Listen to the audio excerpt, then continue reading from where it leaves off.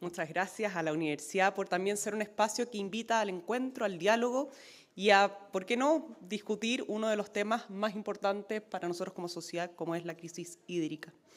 Hoy estamos acá presentes y quisiera saludar también a los que están viendo esta transmisión por streaming para el lanzamiento de los hallazgos del ENVIS 2024. Y quisiera agradecer a Corfo por hacer posible que haya ocurrido este encuentro, así como a la Agencia de Sustentabilidad y Cambio Climático, a la Universidad Andrés Bello y al Hub de Negocios Sustentables de la Facultad de Economía y Negocios de la universidad. Muchas gracias. Yo soy María Jesús Aldunate, soy directora de encuentros de la Corporación 3xI. 3xI nace el 2017 bajo el diagnóstico de una sociedad profundamente fragmentada y por sobre todo fragmentada en una crisis en torno al trato, lo cual nos ha llevado a tener dificultades en la manera de vincularnos y relacionarnos y una convivencia que hoy día nos impide abordar los grandes desafíos que tenemos como sociedad. 3xI nace de las 3I, nombre distinto. La primera I es incluirnos. ¿Cuáles son aquellas personas que no han sido parte de este relato, de esta historia que queremos construir como sociedad? Y esa es la primera invitación que en conjunto con Balloon Latam quisimos hacer y hemos estado realizando ya hace 7 años, a incluirnos y lograr entender cuáles son aquellas otras historias que no han estado presentes. Y una vez que logramos incluirnos, también podemos inspirarnos con esas historias, ver aquello que no vemos, porque tenemos una historia, un contexto, una realidad distinta. Y entre esa posibilidad de encontrarnos con pares improbables, seguramente también vamos a innovar nuestra manera de vernos y relacionarnos, invitando a una transformación social, que es la invitación que estamos haciendo. Nosotros como organización y en conjunto con la Confederación de la Producción y el Comercio, la CPC, la Asociación de Emprendedores de Chile, las empresas B que buscan el triple impacto, el Centro de Innovación Anacleto Angelini de la Católica y la Comunidad de Organizaciones Solidarias hemos estado promoviendo la cultura del encuentro. Hemos buscado cómo facilitar espacios que nos permitan vernos y reconocernos. El año pasado el PNUD mostraba cómo fue bajando la evaluación de las confianzas interpersonales a su evaluación más baja. De un 34% el 2016 vamos en un 15%. Y creo que decirlo hoy casi que es redundante, ¿no? Vemos cómo día a día la polarización ha ido ganando espacio y nos vemos incluso violentados en las formas en que nos estamos relacionando y vinculando. Y de esa manera es difícil que abordemos los desafíos que tenemos, entre ellos la crisis hídrica. Y hace 7 años comenzamos con Balloon Latam este rito. Es un rito contra cultura, una invitación a hacer del mismo espacio un espacio que visibilice la voluntad de diálogo. Somos muchos los que queremos hacer sociedad de una manera diferente. Y en esta voluntad de diálogo ya llevamos 6 ediciones. Tengo que avanzar acá, perdón, bienvenidos. Ya llevamos 6 ediciones, partimos en Cañete el año 2017, luego nos juntamos en Cunco el 2019 en un escenario complejo, Bichuquén post-estallido, ese encuentro parecía imposible. Y bueno, después hablar de Meliupeuco en la Araucanía el 2023 también era un diálogo que no se veía muy posible en un contexto complejo para la Araucanía.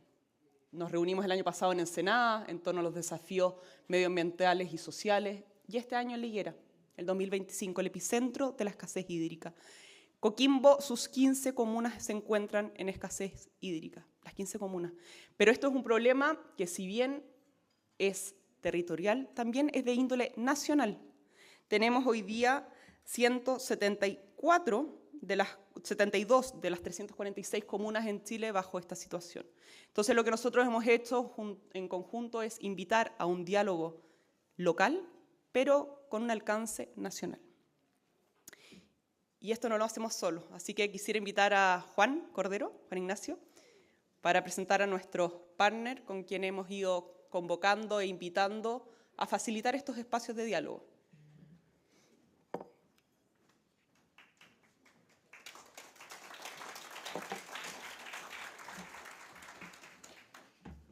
Muchas gracias, Jesús, por el pase.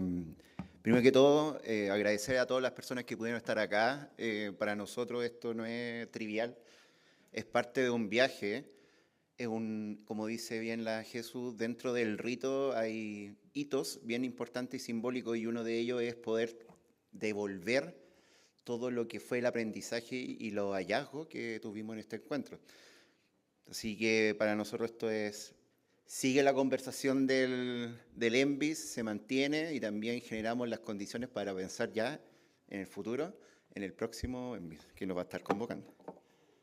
Lo que yo quiero primero agradecer a todas las organizaciones e instituciones que están detrás. Aquí no es solamente los que estamos acá arriba en el podio, sino que desde donde fue este encuentro, el Ecoparque Hierbas Buenas, donde estuvo la familia Osorio, en donde fue la misma comunidad que estuvo predisponiendo un territorio, predisponiendo las relaciones y también las condiciones para que estas cosas pasaran. Esto no es trivial. También todas las organizaciones que estuvieron detrás del territorio, todo el trabajo mancomunado entre 3xI, Balún y todas las instituciones que están ahí reflejadas. Sin todo ello hubiese sido muy complejo lograr el resultado que obtuvimos. Lo otro es que este ENVIS tuvo una particularidad bien esencial, que no fue solamente un día. Y esto para nosotros como organización fue romper un poco nuestros propios esquemas, desafiarnos, en donde tuvimos un día un seminario, donde obtuvimos también notables preguntas, como también respuestas.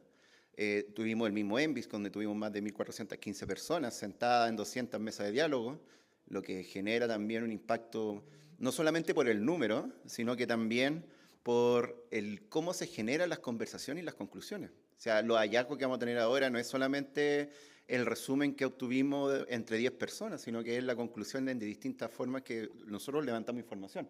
Como también ese sentido de retribución donde se ejercen este tipo de actividades, que fue la jornada de limpieza de playa en La Higuera, que también obtuvimos resultados bien potentes que pocas veces se pueden lograr. Entonces, es todo un proceso, es todo un viaje, no solamente el hallazgo viene a entregar este documento, sino que también a hacer un testimonio de cómo fue fluyendo el proceso.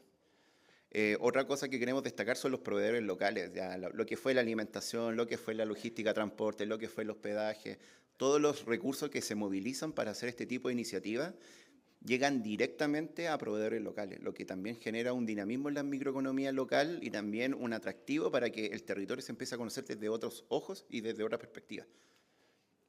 Y también otro tema muy relevante es quiénes son los que van y de dónde vienen los que van. Normalmente, dentro de la toma de decisión en un país históricamente centralista como Chile, todo se decide en Santiago por gente que habita en Santiago. Acá el ejercicio a la inversa. Si vemos las proporciones, la mayoría de la gente es de regiones y el mínimo es de Santiago. Entonces vemos también un poco un cambio de un paradigma tradicional en cómo se constituye también la decisión. Y también la representación de quiénes son las personas que están ahí. O sea, en los 7 ENVIS que hemos realizado, que ya han asistido alrededor de 7.000 personas aproximadamente, siempre el 50% son gente de territorios rurales.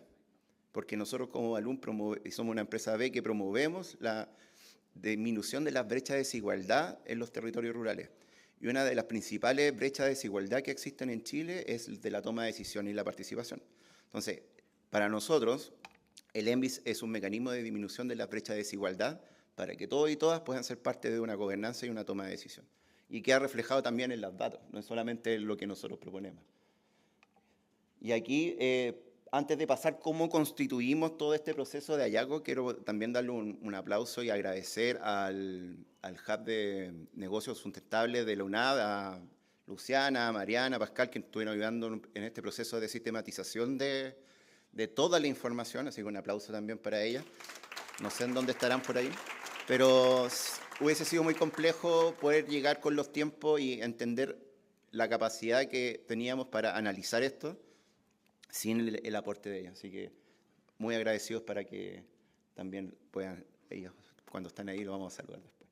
Pero lo más importante es que este proceso de construcción de los hallazgos no fue solamente con una fuente de información, no fue solamente la transcripción de las conversaciones, sino que tuvimos la encuesta de satisfacción, obtuvimos también la sistematización de los diálogos grupales, tuvimos también cuenta de percepción, tuvimos también los que pudieron asistir, hubo experiencia aledaña, le cuento a los que no pudieron ir, que en donde íbamos generando interacciones, pero en el fondo íbamos levantando información de una manera distinta. Y eso también lo incluimos dentro de la estructura de los hallazgos, porque tenemos que diversificar también las percepciones en torno a lo que es la escasez hídrica. Y también el tema del seminario, que nos sirvió bastante para las preguntas, como también las respuestas que obtuvimos de ciertas interrogantes. Y así pasamos ya en lo concreto, para ir avanzando rápido. Estoy viendo mi apunte para que no nos equivoquemos. El contexto del encuentro, principalmente como ejes temáticos, que fue como lo previo, cómo íbamos viendo esto. Entonces ahí pasamos de la gobernanza, el tema de política pública, la gestión hídrica, todos los elementos que normalmente uno levanta cuando empieza a hablar del tema del agua, en lo previo. Principalmente el tema de las soluciones técnicas, que ahí fue un tema que siempre se estuvo hablando en la previa, que eran elementos que ya existían, cómo conversamos entonces con la problemática en sí. Entonces ahí fue como un proceso previo de construcción de eso. Y vamos al primer hallazgo, que principalmente es un tema más global, que es un tema que quizás puede sonar trivial, pero cuando lo pusimos en la mesa a conversar gente, por ejemplo, de Tortel, con gente de La Higuera, en donde la gente de Tortel ve el agua por todos lados y la gente de La Higuera lo ve racionado solamente 4 horas al día, se dan cuenta de que vivimos ignorando la escasez hídrica. Y esa es una gran problemática, que no reconocemos la problemática en sí, porque no muchas personas, en la ciudad, por ejemplo, todos tienen agua, pero en sectores rurales está racionada. Ya, como decía la Jesús, también vivimos con decreto de escasez hídrica en muchas comunas en Chile, entonces es una problemática en general. Y ahí te doy el pase, Jesús, para que el siguiente.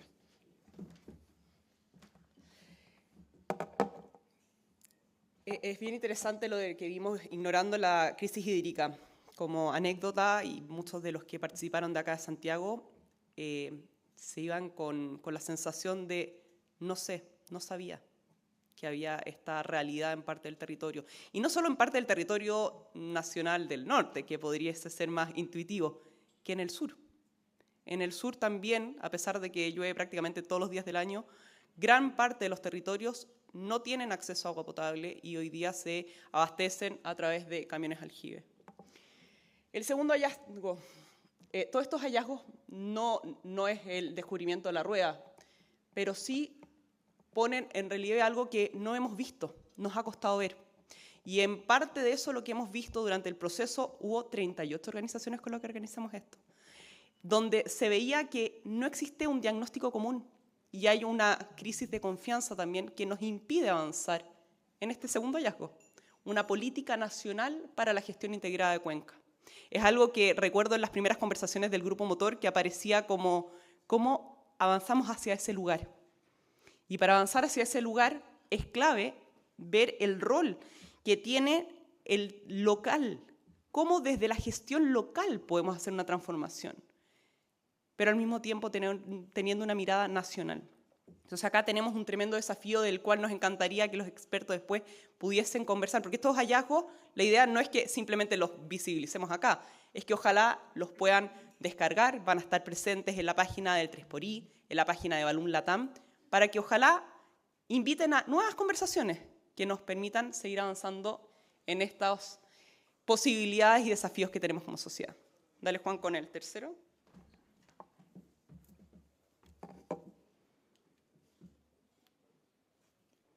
Y este es como, puede sonar un poco positivo, como que quizás no es un hallazgo, pero sí en el fondo es un hallazgo porque conversa mucho con los otros dos anteriores. Estamos en el 2025, o sea, el desarrollo tecnológico y la innovación va muy adelantado y cada vez va avanzando mucho más. Pero una cosa es la solución técnica, pero la otra cosa es cómo conversa esa solución técnica con el territorio donde se va a implementar esa solución técnica. Y ese es uno de los principales puntos que en este caso nosotros destacamos dentro de las conversaciones. Bueno, no alcanzan a ver la cita, pero es una pescadora de Chungungo, de la comuna de Liguera que plantea que como ojalá que las soluciones sean rápidas porque la necesidad es grande. Nosotros podemos colaborar como comunidad para que esa solución pueda implementarse de mejor manera. Eso representa a cabalidad lo que en el fondo quiere transmitir este hallazgo. Es cómo las comunidades deben conversar con estas soluciones técnicas y con las instituciones que están trabajando para que el beneficio pueda llegar de buena manera y que también sea sostenible en el tiempo. La participación de las comunidades para que esas soluciones sean pertinentes y puedan ser permanentes en el tiempo es parte también de los puntos que queremos destacar en este punto. Y principalmente también creo que para el panel va a ser muy interesante poder conversar eso. Tenemos mucha tecnología, pero ¿cómo llevamos esas soluciones a donde están las problemáticas en un Chile tan diverso? Así que vamos al pase al panel. Y ahora al plato de fondo de hoy día, al panel. Queremos invitar a Claudia Papi, quien lleva 25 años promoviendo el fortalecimiento institucional con un enfoque integral en lo ambiental, lo social y la gobernanza. Ella ha sido promotora de Expo Agua, hoy día lidera el Diplomado de Agua, Gestión Sostenible del Agua y la Huella del Agua, bióloga y ecologista, fundadora de Sostenibilidad Empresarial Consciente y miembro de diversas organizaciones con un foco en la sostenibilidad. Bienvenida, Claudia. Gracias.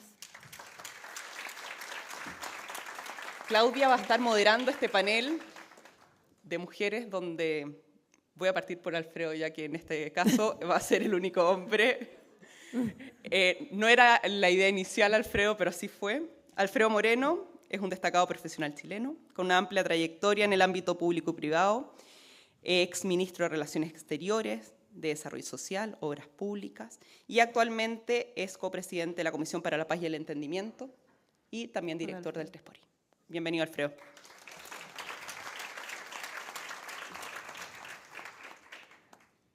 Ulrike Broschek, subgerente de sustentabilidad de la Fundación Chile y líder de la iniciativa Escenarios Hídricos 2030. Ha desarrollado y liderado numerosas iniciativas de alto impacto para la adaptación al cambio climático y la gestión de recursos hídricos en Chile, además de habernos acompañado durante todo este proceso, al igual que el resto de los panelistas. Bienvenida, Ulrike.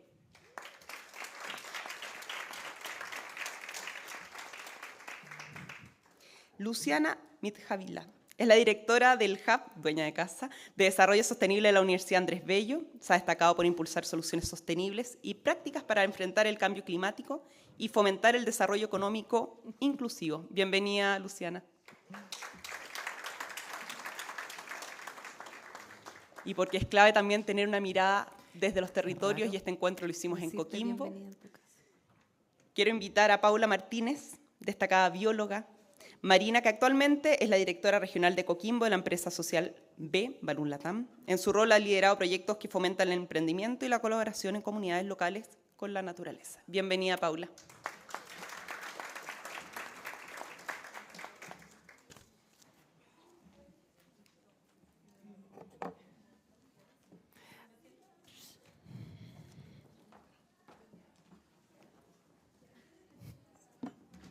Es un living amplio. Bueno, muchas gracias, Jesús. Ya están todos presentados, así es que me tengo que saltar esa parte del libreto, pero sí hicimos una buena revisión de los hallazgos, nos los acaban de presentar. También sé que ustedes participaron del evento, así es que quisiera hacer una pregunta dirigida a todos, a todas, y a él también, en general, para después ya preguntarles algunas percepciones individuales sobre temas puntuales. Y la primera pregunta que quisiera pedirle a todos que me contestaran es, ¿cuáles son las principales oportunidades que ustedes identifican con este levantamiento de hallazgos? Y también la parte negativa de la pregunta, las debilidades que ustedes identifican. Alfredo, vas a ser el que va a partir todo hoy día. El rey entre todas las mujeres, así es que parto por ti. Está bueno esta cosa. Está bueno, ¿viste? Si no era tan malo. Bueno, muy buenos días, gracias por la invitación. Yo Mira, yo para la primera así, impresión general, aunque parezca raro, el problema del agua, al igual que la mayoría de los problemas, lo más importante para poderlo resolver es poderlo reducir a términos simples, a términos de sentido común, que la gente los pueda entender y permitan entonces actuar en común, que no se gaste toda la energía en conflicto. Y las conclusiones de este encuentro son de sentido común. Primero, que estamos frente a una crisis hídrica, yo diría, a un problema de adaptación. El problema acá no es que hay mucha agua en el sur y poca agua en el norte. El problema es que hay mucho menos agua en todas partes de la que teníamos antes y la gente tiene que acostumbrarse a vivir de una manera completamente distinta. Los territorios que tienen poca agua, la gente no tiene jardines, los procesos productivos son de otra manera, las actividades económicas son otras, es todo distinto. La humanidad está acostumbrada a adaptarse, pero en periodos largos. Lo que estamos viviendo hoy día es un proceso de adaptación muy doloroso porque es muy rápido y si perdemos tiempo en conflictos, no nos vamos a poder adaptar de la manera más eficaz, menos dolorosa. Y segundo, respecto de las soluciones técnicas no son el problema. El problema es poder trabajar en conjunto para poder aplicar la solución técnica que requiere cada una de las cuencas. A diferencia de todos los otros problemas de la economía y de la política, esto es algo que tiene una solución cuenca a cuenca. Cada cuenca es una realidad distinta, tiene soluciones distintas. Esas comunidades tienen que buscar cuáles son esas soluciones. Esas soluciones existen, los estudios se pueden mejorar, pero hay bastante. Se ha innovado en un montón de herramientas legales, como el nuevo Código de Agua. Hay planes estratégicos que están diseñados. O sea, hay de dónde partir para hacer eso. El problema que tenemos es poder, como digo, trabajar en conjunto para poderlos implementar de manera tal de que esa adaptación sea más simple. Entonces, yo creo que la gran ventaja del ELMBI es poner esa conversación y, como digo, estos 3 puntos que están como conclusión a mí me encantan porque son simplemente volver al sentido común de lo que es el problema que tenemos que enfrentar en materia del agua. Muchas gracias, Alfredo. Ulrike, cuéntanos, ¿qué identificas como principales oportunidades y principales desafíos? Sí, bueno, yo creo que fue un buen evento porque como que permitió tomar la temperatura, ¿ya? Y eso me parece muy relevante en distintas escalas, tomar la temperatura desde el seminario de las voces del agua a después todo el trabajo que se hizo en las mesas, ¿no? Pero tenía varias cosas, pero quiero primero partir por el tema de los hallazgos que salen y un poco los comentarios respecto a los hallazgos. Sobre el tema de que la ignorancia del problema, ¿no? Que vivimos ignorando el problema. Claramente el tema del agua no está en prioridad a nivel nacional y ese ha sido uno de los grandes problemas de no tener una política pública permanente que haya podido trascender, digamos, de una administración a otra y poder mantenerse en un esfuerzo que significa abordar este tema. O sea, cuando nosotros miramos a nivel internacional, son procesos que toman 15, 20 años de resolver. Ya cuando veamos los casos de países que han vivido este tipo de crisis, se han demorado 15, 20 años en poder avanzar. Son procesos largos. Y el vivir ignorando el problema tiene que ver con que esperamos siempre que llueva. Entonces, la lluvia nos salva de los cortes de agua, de la sequía. Y también diluimos el problema porque pensamos, a veces colocamos soluciones como que soluciones grandes, como soluciones mágicas, ¿ya? Como grandes soluciones de grandes obras. Y la realidad territorial es otra. La complejidad del problema no se resuelve con soluciones únicas, ¿ya? No hay una sola solución para esto. Son múltiples soluciones porque en los territorios se dan distintos problemas. Esa complejidad, que yo estoy súper de acuerdo con lo que dice Alfredo, hay que tratar de pragmáticamente simplificarla para poder abordarla, porque efectivamente tenemos como un tema de muchos factores que tenemos que abordar. Y entonces dejar un poco de lado estas soluciones mágicas y meternos en el problema, en su complejidad, meternos en el tejido que significa construir esas soluciones, ¿no? Y respecto a la política nacional, sí, ese puede ser nuestro camino a seguir, una hoja de ruta clara que nos permita decir, bueno, estos son los ejes, estas son las acciones que podemos hacer a corto, mediano y largo plazo, y ojalá colocarle métricas, porque hemos tenido varias políticas en temas hídricos, pero no han tenido métricas para poder hacerle el seguimiento después del avance en su solución, ¿ya? Entonces tenemos como políticas que han tenido lineamientos de acciones que tenemos que hacer, pero sin los compromisos sectoriales, sin metas, es muy difícil que nos alineemos para avanzar en conjunto y sinérgicamente, todos alineados bajo ciertas metas. Eso pasa en energía hoy día, por ejemplo, tenemos meta de carbono neutralidad, tenemos metas que queremos lograr y eso ayuda a ordenar a todo el sistema hacia la investigación, hacia la educación, la generación de capacidades, soluciones, etc. Entonces eso es muy importante. Y lo último, que la gran oportunidad acá es la mirada en el territorio y la mirada local. O sea, creo que si esperamos, y vamos a seguir esperando igual, porque el optimismo, o sea, la esperanza nunca se pierde, digamos, que tengamos una política pública, pero desde el territorio es muy importante partir y generar liderazgo. Y ahí surge como oportunidad, creo yo, los gobiernos regionales, los municipios, y ahí tenemos que generar los mecanismos y los espacios y las herramientas para que los liderazgos locales se puedan dar.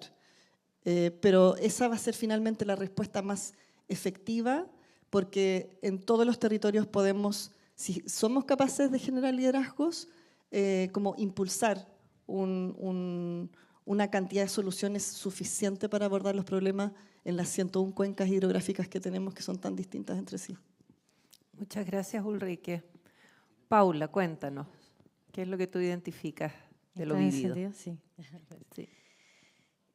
Respecto de las oportunidades, yo creo que la principal es que se visibiliza una situación que en general aquí en el territorio siempre se conversa porque se vive la escasez hídrica en todo ámbito. Allá cuando se racionaliza el agua, los niños se tienen que devolver a las casas porque en el colegio no hay agua. Hay una persona que tiene que vivir con 50 litros de agua al día para abastecerse no solamente la familia, sino que hacerse cargo de sus animales como las cabras. Entonces la situación se vive y ese territorio no percibe que los demás estemos conversando sobre el tema. Entonces la oportunidad de poder visibilizarlo y darle estos soportes, ¿no? Creo que es una tremenda oportunidad porque empezamos al fin a conversar sobre lo mismo, sobre algo que a todos nos importa. Otra oportunidad que yo veo es el enfoque de cuenca. El enfoque de cuenca es tremendamente importante porque es lógico, ¿no? De donde nace el agua hasta donde termina el agua, cómo va atravesando todo ese recurso por la vida y el territorio de todos los que habitamos en una cuenca. Y en los países donde se han hecho bien las cosas, el enfoque es de cuenca, no en los países planos como Australia, por ejemplo, pero en Latinoamérica, donde tenemos una geografía de pendientes, de terraza, el enfoque de cuenca es el adecuado para poder gestionar el agua. Y yo creo que esa es una tremenda oportunidad también que surge a raíz de los hallazgos. Y las soluciones basadas en naturaleza que relevan la sabiduría local tradicional y donde soluciones que están al alcance de las comunidades sin mayor costo permiten que las comunidades sean más resilientes a este tipo de amenaza como es la crisis hídrica. Entonces, esas tres grandes oportunidades yo creo que surgen a raíz de este encuentro con, diría yo, dos grandes desafíos de la mano. Uno es que pensamos a veces, como bien dice Ulrike, que en grandes soluciones, muchas de ellas basadas en cemento como los embalses, en circunstancias que existen soluciones basadas en naturaleza, como la que vimos nosotros en el video de lanzamiento, donde hay un embalse natural, donde las comunidades en la alta cordillera siembran agua y generan un embalse basado en vegetación que dura y esa agua no se evapora. Y es una solución basada en naturaleza que está ahí a la mano y que solamente basta rescatar esa sabiduría local para incorporarla en la toma de decisiones. Ese desafío lo creo súper importante porque es difícil. Es bonito escucharlo, vemos que está escrito en muchas partes qué es lo que hay que hacer, pero no lo hacemos, no tomamos decisiones con participación ciudadana efectiva, vinculante y rescatando efectivamente todas las voces. Y otro desafío importante yo diría que está en la gobernanza que nos permita efectivamente decir, mira, esto es lo que tenemos que hacer y con costos importantes, porque voy a poner de nuevo ejemplos internacionales. En Coquimbo, en la cuenca donde se desarrolló el ENVIS, cuando uno habla de eficiencia hídrica, y esto no lo digo yo, lo dice el Transforma Hídrico de Corfo, que está financiado por Corfo allá en la región y que está tratando de fortalecer el plan de gestión de la cuenca de Elqui, que es una política pública que está de hace un par de años ya aprobada. Nosotros tenemos un 45% de eficiencia hídrica. Eso significa que estamos tomando pésimas decisiones en la distribución del agua. Si nosotros distribuyésemos bien el agua, no necesitaríamos, por ejemplo, plantas desalinizadoras en Coquimbo. Si nosotros no tuviésemos emisarios submarinos donde esas aguas se pierden y no se recuperan, no necesitaríamos seguir invirtiendo en infraestructura. Entonces, ese es otro tremendo desafío, cómo tomamos buenas decisiones poniendo algunos intereses en segundo lugar y nos transformamos y tomamos una decisión de una vez por todas. O sea, basta con los emisarios submarinos y enfoquémonos en la distribución equitativa del agua. Entonces, son tremendos desafíos que yo veo, pero que surgieron también aquí en el ENVIS a través de estas conversaciones, por lo tanto, son desafíos valiosos, diría yo. Muchas gracias, Paula. Y Luciana, cuéntanos tú. Bueno, difícil sumar después de todos los comentarios que hay acá, pero voy a adherir a algunas temáticas que se estuvieron conversando y que me gustaría resaltar. Habiendo estado en este espacio, digamos, facilitando, colaborando con 3xI, con Baluni, con todo el grupo motor que efectivamente genera estos espacios de diálogo, la primera oportunidad que yo vi es la de visibilizar esta temática y colocar al centro el diálogo de diferentes actores, actores que venían desde el gobierno, que venían desde la academia, que venían desde las instituciones de la sociedad civil y los ciudadanos también de las diferentes regiones a conversar sobre esta temática. Y el solo diálogo ya genera conciencia o el entendimiento de que tenemos un problema que tenemos que resolver entre todos. Entonces, para mí, esa oportunidad que ofrece este festival es importante poder aprovecharla para que después empiece a gestar políticas y acciones desde diferentes ámbitos. Entonces, por otro lado, también este año, con toda la mirada de expertos de diferentes espacios, también se vieron que hay soluciones al alcance y que efectivamente podemos amplificar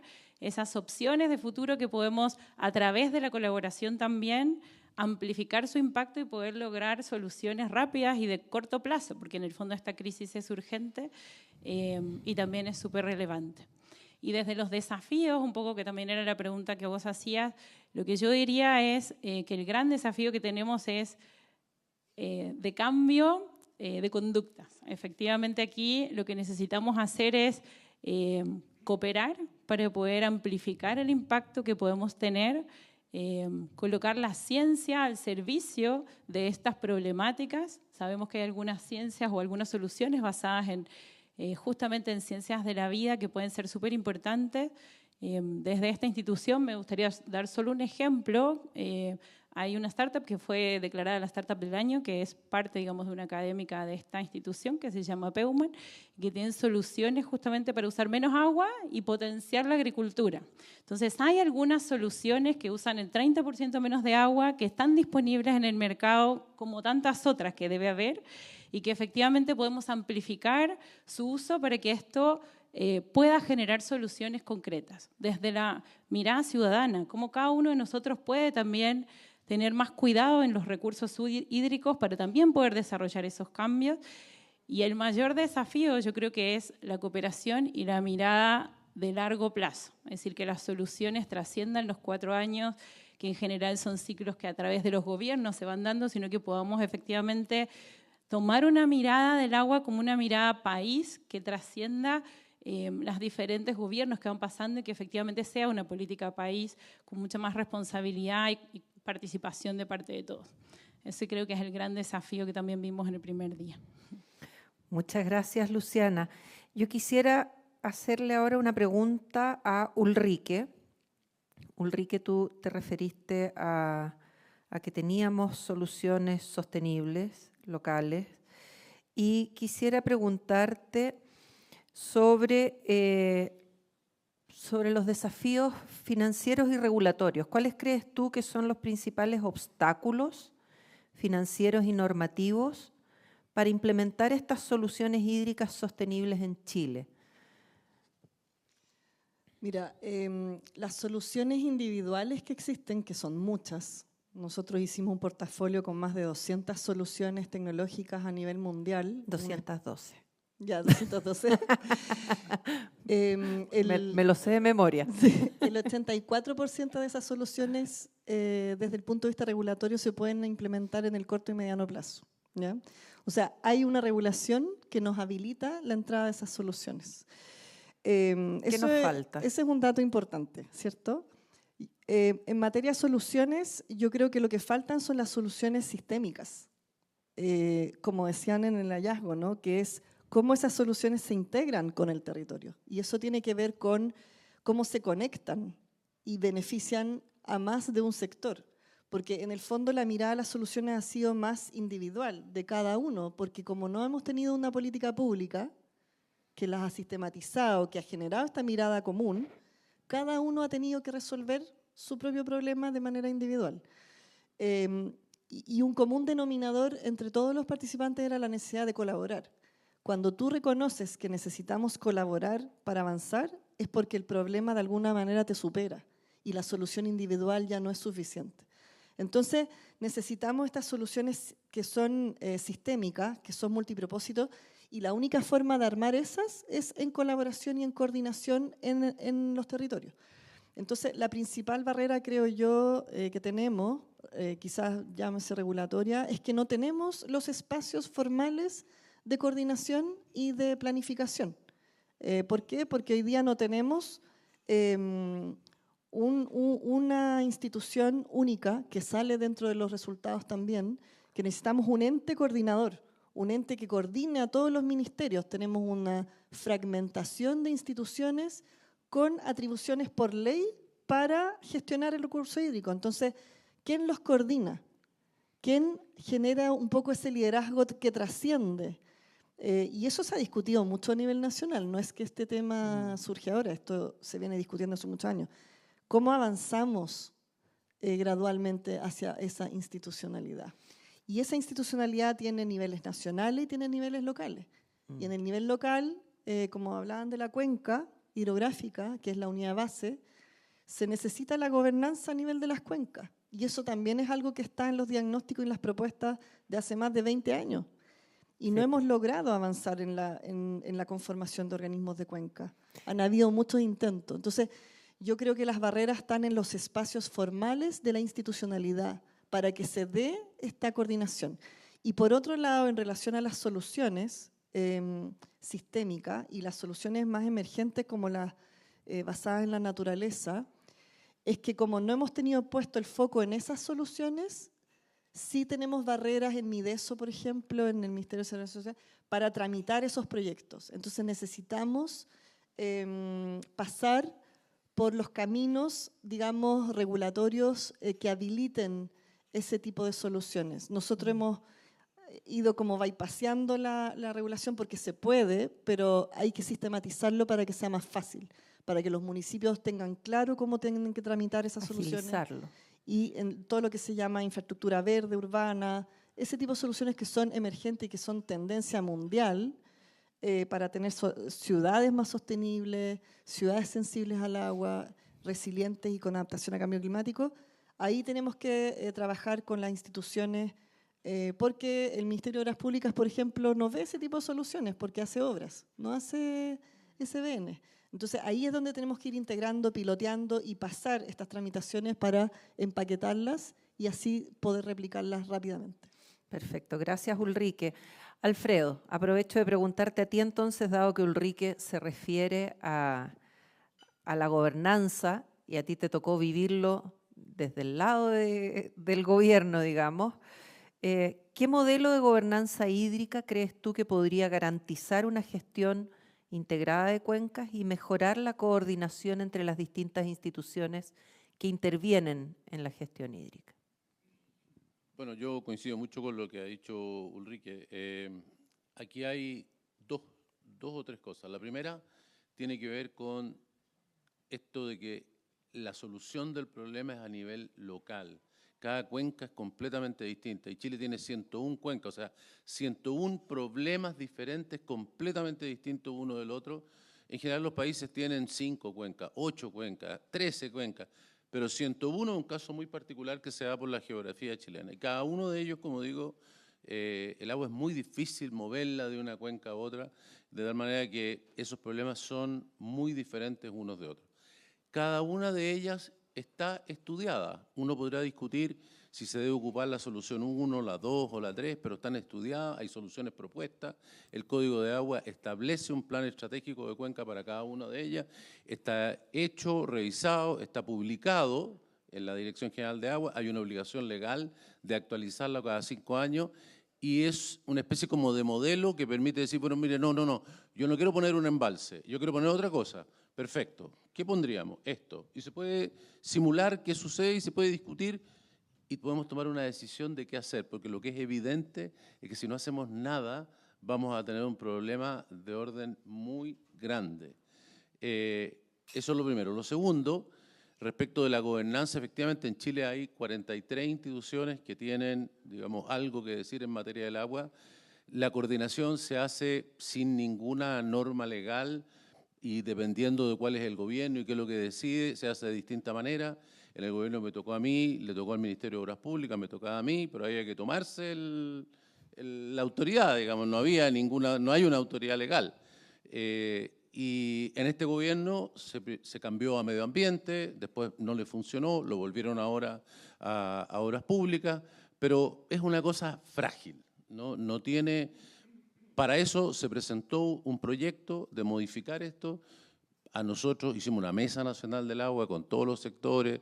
Finalmente se acordó entre todos los que participaban que lo mejor era, tal como ha dicho el Banco Mundial en sus 2 informes, que el Ministerio de Obras Públicas quedara como formalmente a cargo de esto. Se presentó el proyecto, está ahí, han pasado 3 años y algo, no se ha movido 1 centímetro. O sea que uno puede tener una opinión diferente, pero otra cosa es no discutirlo y no avanzar. Ahí hay una propuesta, se puede aprobar eso o se puede hacer otra cosa. Mucho peor es no tener ninguno. Efectivamente, hoy día, como digo, no hay una cosa que coordine esta enorme cantidad de instituciones que tienen que ver. Y uno tercero que quisiera agregar, es que tiene que ver que esto es como los terremotos. Esto es una cosa que sabemos que vamos a tener un evento o varios eventos sumamente graves. Necesitamos primero prepararnos para tratar de evitarlo, igual que en los edificios, tener un código de construcción que evite que se caigan los edificios, que es esta mayor resiliencia del sistema, darle nuevas fuentes de agua, cambiar la cultura, ser más eficiente, consumir menos agua, en fin. Pero al mismo tiempo tenemos que tener un sistema de emergencia. Mire, Coquimbo, donde estuvimos, se salvó de tener una emergencia hídrica porque llovió inesperadamente. Los embalses llegaron a un punto tal que podría haber afectado, bueno, afectó enormemente la agricultura, pero estuvo a punto de afectar el agua de Coquimbo y La Serena. Nadie se enteró siquiera. Pero si hubieran pasado unos cuantos días más sin agua, habríamos tenido un problema enorme. A mí me tocó el problema de Osorno, no sé si se acuerdan cuando se contaminó el agua de Osorno. Tuvimos 10 días sin agua. Yo nunca he sentido más cerca la sensación de una revolución. O sea, tener una ciudad como Osorno, sin agua, con un abastecimiento muy precario con camiones de aljibe, durante 10 días, francamente la población uno veía que ya en cualquier momento te atacaba y se agarraban a balas. El agua es la fuente de todos los conflictos más serios que hay, ¿no? La gente está dispuesta a agarrarse a balazos por agua. Todos los problemas históricamente del agua se han resuelto a balazos. Si uno tiene una ciudad o un lugar como Coquimbo y La Serena sin agua por algunos días, no hay capacidad de poderlo resolver. No hay suficientes camiones de alquibe. Nadie se preparó para la emergencia. Cualquier otro país hubiera tenido, como le pasó, por ejemplo, a Montevideo, hubiera tenido barcazas con sistemas de desalinización instalados preventivamente en la costa. Nada. O sea, aquí podríamos tener un evento en el cual las autoridades no tendrían ninguna manera de resolverlo. Alfredo. Entonces, necesitamos un sistema de emergencia, sistemas preventivos para poder superar las emergencias, adicionalmente de resolver el problema de fondo. Y como digo, en el problema de fondo está todo, es cosa de ponerse a trabajar sobre eso. Y como digo, podemos discutir si, mire, no haga el embalse, haga esta otra cosa, mire, haga infiltración de acuífero. Efectivamente, el Ministerio de Obras Públicas le cuesta bastante ingresar a ese tipo de cosas, pero las normas lo permiten, o sea que se puede hacer y debe hacerlo. Así que ese camino está abierto y me parece que es el que hay que recorrer. ¿Crees que no avanzamos, tal como tú lo señalas, porque efectivamente no se evidencia el problema? Como decía Ulrike, siempre estamos como esperando que llueva. Y si llueve, listo, ya no hay problema. Obvio.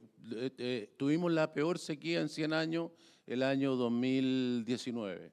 Luego comenzó a llover. Como había lluvia, no hay problema, hay otros problemas, la gente se olvida, pasa, la opinión pública, el periodismo, los políticos se olvidan. Tal vez que y va existan pasando. estas pequeñas soluciones son el principal problema. El problema es que cuando tengas que resolver el problema, no hay un método para resolverlo en el momento mismo. Si deja de llover, de nuevo, como fue el año 2019, tendríamos un problema extraordinariamente serio. Mira, doy otro ejemplo. Valparaíso, el segundo sector de Chile, tiene una fuente de agua, una. Todas las otras fuentes se agotaron. O sea, solo nos queda el río Aconcagua, cuarta sección está la planta donde se produce el agua, estoy hablando de consumo humano, y esa planta en el momento, digamos, del verano y la primavera, se queda sin abastecimiento de agua. No hubiéramos hecho la cañería reversible y el embalse de los Aromos. Hoy día Valparaíso hasta Papúo, digamos, incluyó la Ligua, que se le acabó el agua, así que hubo que conectarlo a ese sistema, no tendría agua. O sea, depende solamente de cuánta agua venga del río Aconcagua. Entonces, la fragilidad del sistema actual es inmensa. Santiago ha llegado, la planta de agua de Santiago, digamos, agua andina, tiene aproximadamente el 38% de los derechos del Maipo. Llegamos el año 2019 a ocupar el 85%, o sea, a la agricultura que tenía el 62% del agua le tuvimos que quitar hasta dejarle el 15%. Y toda esa agua destinarla a Santiago para que Santiago tuviera agua. La gente abría la llave y tenía agua, pero digamos, la fragilidad del sistema es de tal magnitud que, como digo, o sea, si no tomamos consciente de esto, y esto es como predicar en el desierto, por eso que ayudan estas cosas como el ENVI, de tomar conciencia y darse cuenta que esto es un problema de sentido común. Este es un problema de sentido común. Chile está enfrentado a un proceso de adaptación impresionante que lleva mucho tiempo y que está en una muy amplia zona de Chile y que si no tomamos las medidas nos vamos a encontrar con una situación muy dramática en cualquier punto de toda esa zona. No sabemos dónde, no sabemos qué año, Gracias, no sabemos Alfredo. qué día, pero va a pasar y no estamos preparados para eso. Gracias, Alfredo. Al parecer, las soluciones parche son las que no nos permiten la solución de fondo. Sí, solo quería acotar que un año de lluvia no resuelve el problema que tenemos. Es súper importante dejar eso muy claro. ¿Por qué? Porque nosotros estamos sobreexplotando las reservas de agua. Estamos sacando más agua subterránea de los acuíferos que el agua que está naturalmente ingresando. Y eso significa que los acuíferos han bajado en prácticamente todo el país. ¿Ya? Y eso hay data ya y evidencia de eso. Entonces, 78%. la pregunta es, en un año lluvioso como el que tuvimos el año pasado, y al parecer este año también tendríamos fenómeno del Niño que nos trae lluvia, ¿Cómo estamos almacenando esa agua? ¿Cómo estamos aprovechando esa agua para los años después que vienen que son secos? Entonces, uno dice, bueno, este año vamos a tener lluvia, vamos a tener provisión de agua, pero ¿cuánto del agua que cayó realmente estamos aprovechando para almacenarla para los años secos? Esa es la oportunidad que estamos perdiendo.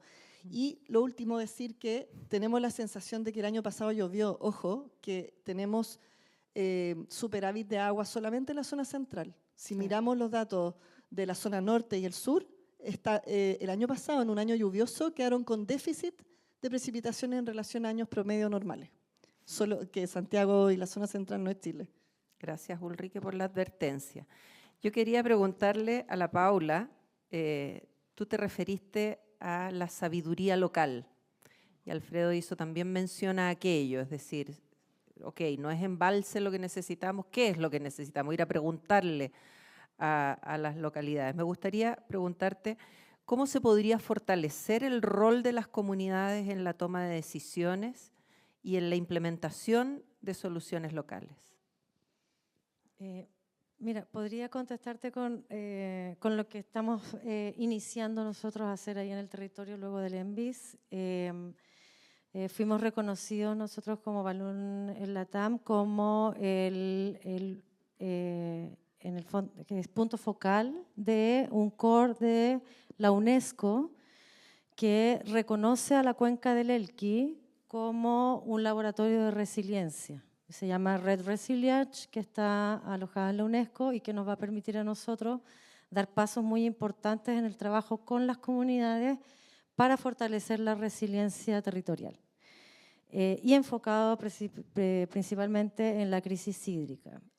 La forma de hacerlo tiene que ver con lo que decía Luciana, el diálogo constante, el saber, el reconocer, el identificar cuáles son esas soluciones locales que permiten encontrarse a las personas en una solución, en un interés común. Y yo les voy a dar un dato, por ejemplo, el 15 de enero llovió un día. Yo no sé si supieron, pero la noticia fue muy bullado que en Pisco Elqui se cortó el agua. Y es porque ese día de lluvia arrasó con la planta del APR de Pisco Elqui. Y hasta el día de hoy siguen distribuyéndose con camiones aljibe. Se llevan más de un mes esa comunidad y empezaron a florecer los conflictos sociales que aún rompen aún más el tejido social que nosotros tenemos como objetivo fortalecer. O sea, nosotros como Balún trabajamos en el territorio por fortalecer la gobernanza, por fortalecer ese tejido social, que el capital social sea el motor que permita que estas comunidades se desarrollen. Y por un día de lluvia se generó un conflicto gigantesco que todavía está hasta el día de hoy. Entonces, nosotros queremos que a través de este tipo de iniciativas como UNESCO, creemos que la solución es esa, es comenzar un proceso de diálogo profundo ahí en esa cuenca, que nos permita también identificar prácticas locales y poder también incidir en política pública, pero desde la voz, desde las comunidades, y también generando vínculos en el ecosistema local, ¿no? Por eso es que estamos muy relacionados también con Transforma Hídrico, con el MOP también estamos iniciando conversaciones para ver cómo entre todas y todos podemos solucionar o dar soluciones locales. Me imagino que estimas que este tipo de estructura es replicable, escalable Sí. al resto del país. Sí, absolutamente. ¿Y cómo crees que se podrían integrar entonces luego en una unidad? Ese es uno de los desafíos más importantes que te decía al principio, porque como bien decía Alfredo, acá son 43 instituciones. Y yo creo que deberíamos avanzar prontamente en una sola institución que lidere la gobernanza. Más que nada lo que necesitamos es un actor que nos sienta a conversar. Eso Y es. que escuche a las comunidades locales, que escuche a los organismos locales. Exactamente, y ahí yo creo que nosotros podemos jugar un rol, las universidades juegan un rol fundamental en poder generar estos espacios de diálogo también. Fantástico. Y ahí entonces me paso a la pregunta que quería hacerte a ti, Luciana. Tú mencionaste que era necesaria la colaboración y el diálogo multisectorial. También te referiste a la necesidad de un cambio de conducta. Entonces quisiera saber cómo ves tú, que se podría vincular de manera efectiva a todas las partes de esta situación, ¿sí? Tenemos soluciones, sabemos que existen soluciones y que además en Chile tenemos toda la capacidad tecnológica, conocimientos, tenemos expertos, está todo ahí, a la mano, se puede hacer. Todos reconocemos la debilidad que tenemos en materia de gobernanza. Han dado muy buenos detalles, algunos lo pueden hacer muy bien, otros no lo hacen tan bien, todo depende de quién está a cargo. Eso no puede ser, ¿no? No podemos depender de si el que llegó y está a cargo lo hace bien o no lo hace bien. Tendríamos que tener algunos mecanismos que nos pudieran asegurar algo más de efectividad. ¿Cómo ves tú que pudiéramos juntar todas estas partes?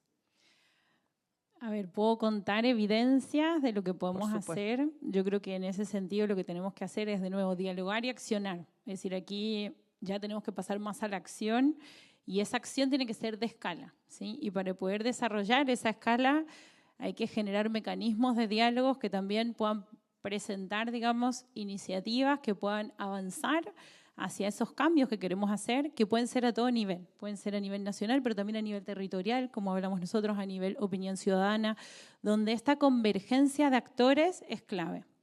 Desde el caso concreto de lo que estamos haciendo desde el Hub, estamos colaborando también con otros países, porque este no es un problema solo de Chile. Claramente aquí hay soluciones que podemos mirar a nivel internacional.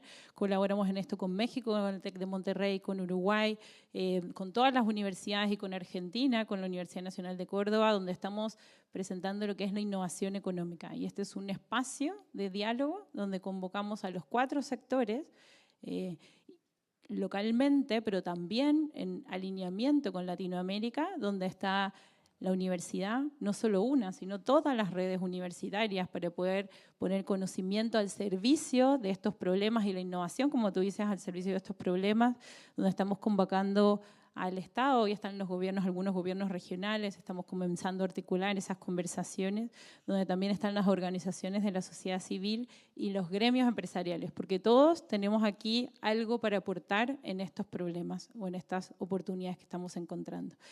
Y ahí lo que hacemos es dialogar y buscar cuáles son esas alternativas que podemos trabajar multisectorialmente con todos estos actores para poder avanzar más rápido. Y tenemos un plan de acción donde lo que hacemos es activar iniciativas que a través de la intervención multiactor tomen más fuerza juntos. Entonces quizás en ese sentido también uno no tiene que esperar a que estas iniciativas ocurran, sino que empezamos a accionar de a poco, porque hemos visto que efectivamente las soluciones están, que el conocimiento está, y lo que hay que hacer es dar visibilidad primero al conocimiento ya generado, a esas soluciones y a esas problemáticas que quizás hoy no están en voz de todos, y por otro lado después accionar a la acción o invitar a la acción y quizás integrar fondos para que efectivamente esas soluciones que pueden ser escalables tengan esa oportunidad de avanzar más rápido y de transferir ese conocimiento entre las mismas cuencas, entre los mismos sectores, que es lo que puede multiplicar la acción que estamos haciendo, ¿sí? Así que en ese sentido yo creo que lo importante es dialogar, poner estas temáticas en la mesa y por otro lado accionar. También me gustaría hablar de lo que estamos haciendo con jóvenes, me encanta acá y felicito a todos los que vinieron, agradezco a los profesores que quisieron estar acá y a los alumnos que quisieron estar acá. Este es un problema que lamentablemente estamos dejando para las nuevas generaciones y tenemos que poner a las nuevas generaciones en la mesa a construir soluciones con nosotros. Y en ese sentido me encantaría contar una iniciativa que lidera la Universidad Andrés Tolosa, en este caso, que es el director de Relaciones Internacionales, donde 1000 alumnos este año, en abril, van a iniciar un proceso donde van a conocer estas problemáticas a nivel Latinoamérica y van a crear soluciones para alguna cuenca que ellos encuentren. Entonces también activar desde todos los ámbitos y especialmente las nuevas generaciones el entendimiento de estas problemáticas y la voluntad de acción es fundamental. Entonces creo que también la academia ahí tiene un rol muy importante de poder convocar. Hoy estamos también frente a una crisis institucional de confianza y creo que todavía las instituciones de educación superior, las universidades, somos un espacio de convergencia al diálogo donde queremos tener nuestras puertas abiertas para que puedan venir, para que podamos dialogar juntos, poner la ciencia y la innovación al servicio de estas problemáticas, pero principalmente también ser un espacio donde se generen estas cooperaciones. Muchas gracias, Luciana. Como tenemos que ir cerrando, te voy a pedir a ti, no sueltes el micrófono, que le digas una frase a nuestra audiencia, a la que está aquí presente y a las que nos sigue por streaming. Si quieres, a los estudiantes, tal como te referías a ellos, pero una frase, un mensaje. Déjanos un mensaje. Se lo voy a pedir a todos. Bueno, mi invitación sería a primero conocer las problemáticas territoriales que tenemos y lo segundo es invitar a la acción en esas problemáticas. Entonces, que seamos reales agentes de cambio para poder transformar la realidad de Chile y también del mundo, poniendo a disposición nuestro talento. Así que invito a eso. Muchas gracias, Luciana. Paula, una frase, una invitación, un mensaje. Sí, una invitación principalmente a las comunidades con las que trabajamos. Si bien existen muchas diferencias, yo la invitación que hago es a centrarse en el común, en lo común. Y en este momento hay una realidad común que necesita que nos unamos, dialoguemos, conversemos y construyamos en conjunto. O sea, la invitación es esa, es a poner en primer lugar el elemento común, el interés común, dejar un poquito las diferencias de lado y tratar de unirnos para poder superar esta crisis local. Muchas gracias, Paula. Ulrike. A ver. Ya, una nomás, cortita. Chuta, ya, no, pero necesito decir dos cosas. Uno, que pasar como una especie de aviso en materia de gobernanza local, resaltar el trabajo del organismo de Cuenca del Río Maipo que gestó y lideró el gobierno regional metropolitano como una experiencia ahí de construcción territorial de un espacio de gobernanza que está ahí vigente y que va prontamente a comenzar a operar como un espacio de participación, ¿cierto? Ahí tenemos un ejemplo que podemos escalar y replicar. Y lo otro es que creo que hoy día no hemos hablado tanto de los sectores productivos y del rol del sector productivo y de las empresas. Y yo creo que ahí quiero entonces complementar y dejar un último mensaje de invitación a que el sector productivo, que es el que más demanda el consumo del agua, sea también un líder en cada territorio y no se quede, ojalá, esperando, observando lo que ocurre las decisiones y las regulaciones, sino que sea un líder activo en subirse a los trabajos territoriales, a ser un agente de cambio y que reporte su propia gestión de la forma más transparente posible, porque de esa manera genera confianza, de reconocer los problemas y las dificultades y los avances, genera confianza con las comunidades para entonces hacerse cargo y trabajar en eso. Y entonces que apoye y participe activamente también en la generación de las soluciones. Me encanta ese último llamado, me encanta esa invitación. Alfredo. No, lo mío es muy simple, tenemos elecciones a fin de año. Elijan bien. No. Pídanle a los candidatos, particularmente a los candidatos presidenciales, que planteen el problema, que expliquen cómo ven el problema, cuáles son las soluciones que proponen, cómo lo van a resolver, con qué urgencia, de qué manera, con quiénes. Hoy día, si de verdad creemos que este es un problema central, no podríamos decir entonces, bueno, ¿cómo no le vamos a preguntar a quienes van a dirigir el país hacia adelante qué es lo que van a hacer en esta materia? Ellos van a tener las herramientas para poderlo dirigir. Si queremos poner este problema en el centro, hay que entonces interpelarlos para que ellos tengan que estudiar el problema y tengan que presentar soluciones. Hoy día, este tema en la discusión política no existe. Me encanta, muy bueno. Y eso también para los jóvenes, que no están tan acostumbrados a hacerse parte de estos procesos, a interpelar. Yo también quiero dejar un mensaje. Bienvenida. No me corte todavía, no me corte. Hemos hablado harto de soluciones, venimos hace muchos años conociendo soluciones. A mí misma me toca liderar un evento todos los años en el que exponemos las soluciones que existen para estos temas. Pero me quiero tomar de la frase de otra persona, que no es mía, pero que me encanta y siempre la repito, que es enamorémonos del problema y no de las soluciones. Y lo que quiere decir con eso Uri Levine, el creador de Waze, mi aplicación favorita para el teléfono, es que a veces uno se ciega con querer encajar la solución en donde vea distintos problemas. y no nos tomamos el tiempo de entender el problema de fondo. A veces no es esa solución la que necesitamos, es una más simple. Tal como decía Luciana, conozcamos los problemas, enfoquémonos en conocer qué es lo que está pasando para a partir de allí buscar la solución adecuada. Muchas gracias por la invitación al evento y muchas gracias a todos los que nos escucharon a todos. Muchas gracias, Claudia, Alfredo, Enrique, Paula, Luciana. Agradecer por esta conversación. Estos hallazgos, la idea es que los descarguen. Ahí les reitero, están en la página de 3xI, están en la página de Balloon Latam, pueden descargarlo a través de este QR, para que, como dijeron en este panel, sigamos entendiendo cuál es el problema, de manera de poder abordarlo y de una manera donde haya una corresponsabilidad. Todos tenemos algo donde podemos aportar. Y para dar cierre, quisiera invitar a la Manuela Villarreal de Balloon Latam para que podamos seguir avanzando. Sí, sube y te damos un micrófono. Seguir avanzando en los desafíos que tenemos, porque como tenemos un montón de desafíos sociales, medioambientales y económicos que hoy día nos aquejan como sociedad, y al menos nosotros estamos convencidos de que la manera de abordarlos es desde el diálogo. Entonces, Manuela. Bueno, muchas gracias. Antes de finalizar, igual enviar un saludo a través del streaming a todas nuestras comunidades que también formaron parte de este evento, el ENVIS, y que también sus voces están representadas en este documento de hallazgos. Hoy concluimos este espacio de devolución de hallazgos del ENVIS, yo creo que con un compromiso renovado y con un fuerte sentimiento de propósito compartido.